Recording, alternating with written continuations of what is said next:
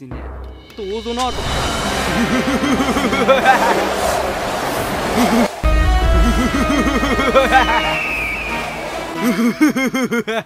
দেড় হাজার বছর পর তুই আমাকে আজকে বদনা থেকে মুক্ত করলি। আজ থেকে আমি তোর গোলাম।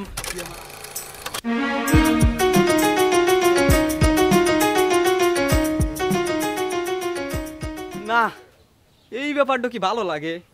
একটা মানুষ যদি দিনে ৩৫ বার আগে, তাহলে এই মানুষের জীবনে কি থাকে?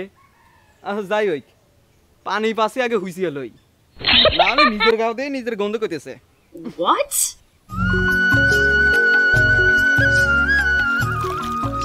কি ব্যাপার? এটা কি দেখা যায় রে? এনা দেখা যাচ্ছে পুরাতন আমলের বদনা। এই ব্যাপারটা তো খুবই রহস্যজনক। যাই হোক, হোসা পরে আগে দেখি বদনায় কি আছে। যাই তো ফাঁকে লিয়ে যাই, দেখি তুই বদনার রহস্য কি। কি ব্যাপার? কি আছে এই বদনার ভিতর? শালার এত বার কে? কি থাকতে পারে? কিছুই বুঝতেছি না তো ওজন।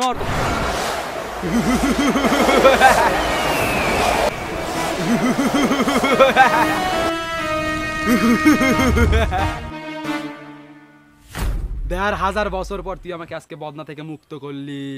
আজ থেকে আমি তোর গোলাম, তুই আমার আখা। বল আজ থেকে তোর কি মনের আশা? আজ থেকে তুই যা বলবি আমি তাই করব। তা ভালো কথা, তুই ১৫০০ বছর ধরে এই বদনার ভিতর বন্দি হয়ে রসু। তো এখন প্রশ্ন হইল, তুই এই বদনার ভিতর গেলু কেবা হইরে? হেইতে ক। হে এক বড় ইতিহাস। আমি পায়খানায় আগে থাকছি, পায়খানায় থেকে গু খাই, প্রতিদিন গু খাসি, গু খাই খাই বাইতে আসি। পরে একদিন হক্ত গু খাইবার লয়া গলায় গেছে ঠেকে। আর হুনেই একটা বদনা আসছিল, ওই বদনার ভিতরে পানি খাইবার যায়, যে শালায় বদনাটা থুইছে ওই শালা আবার আটটা দিছে। আমি আমার ওই ভিতরেই বন্দি হয়ে গেছি। এই ১৫০০ বছর এভাবেই আমার কাটছে, শরীর আর কিছুই কুলায় না।